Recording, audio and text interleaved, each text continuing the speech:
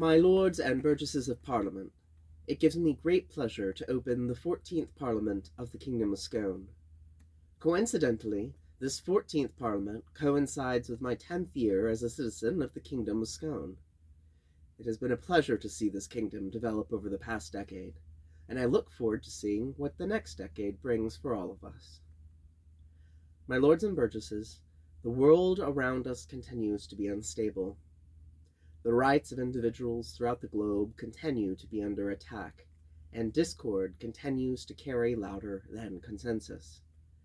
I urge us to resist the forces that exist within macronations around us, working hard instead to build consensus, listening to contrary opinions, and working wherever possible to build a better way forward that incorporates the most voices in the room.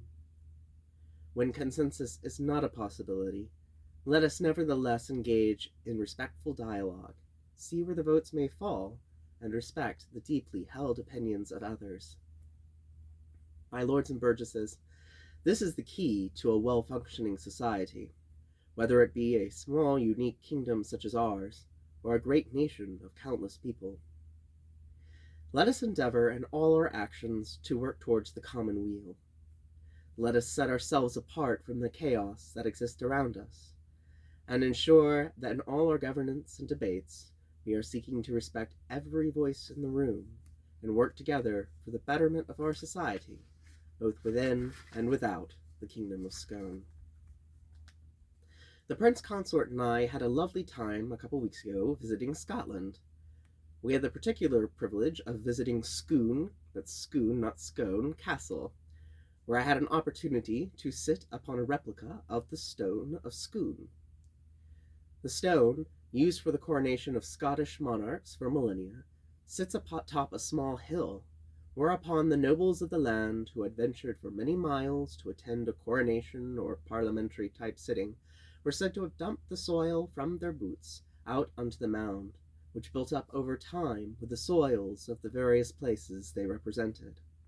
From the great cities to the remotest of islands, the soil of the kingdom was brought together, here in that place, as nobility came together to advise the king on the best course of action for the whole kingdom, sitting in council literally upon a mound comprised of the soil through every corner of their land. I quite like the significance, and it reminds me very much of the Kingdom of Scone today. We are many diverse peoples, with many diverse viewpoints, from all corners of the world.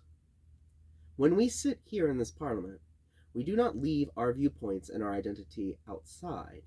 Rather, we too contribute to this place with our own experience, viewpoints, and identities. This is something, my lords and burgesses, I continue to encourage us to be mindful of. I urge us not to be afraid to voice respectfully held diverse opinions. This strengthens the kingdom, just as it strengthened the assemblies at Scone. Turning to immediate practical matters, you will no doubt be aware that Facebook suspended the Kingdom of Scone Facebook page earlier this week. As of my taping of this speech, there has been no resolution.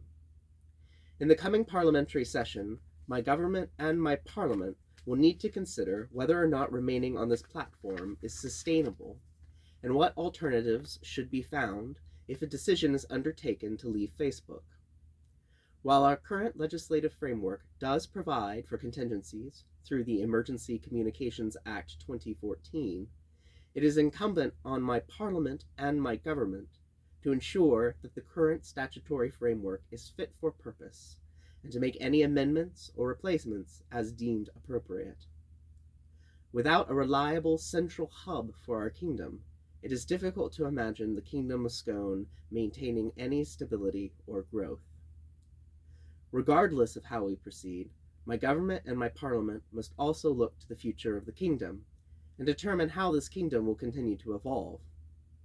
This kingdom has grown and changed significantly since it was founded over a decade ago, and each of the kingdom's 13 previous parliaments have made their mark in some way on our kingdom's future.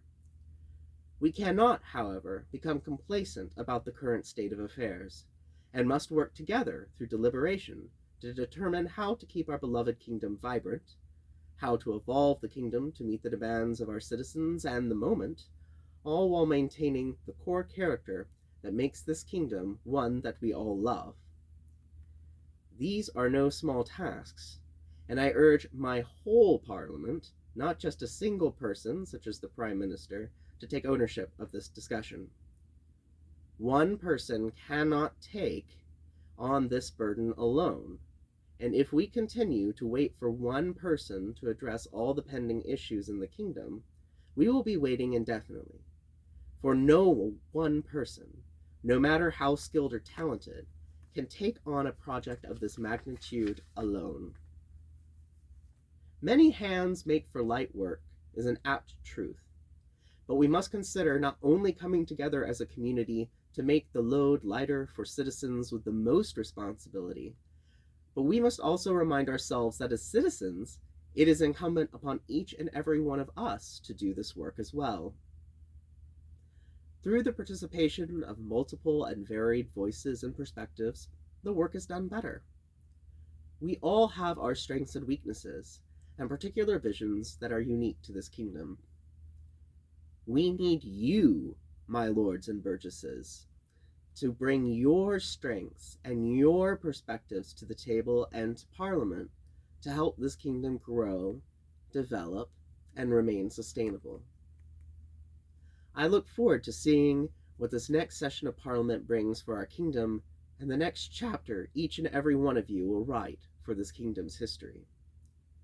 May this House embrace the thoughtful, respectful, and frank exchange of ideals and visions for this kingdom so that together we may see this kingdom continue to prosper and grow. Noble cousins, beloved sons and daughters, it is my happiness to report to you that the kingdom of Scone and her empire are at peace, and in her tranquility I do well and truly open this Parliament. May you deliberate in all candor, wisdom, and charity, to the edification of all those who have occasion to witness your common enterprise. And may the blessings of Almighty God be with you, your families, and your loved ones, now and always.